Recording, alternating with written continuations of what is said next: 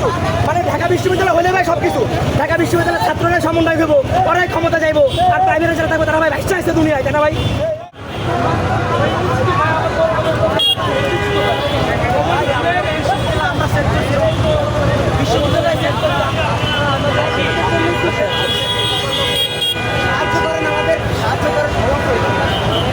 একটু ঘুরে যান, ঘুরে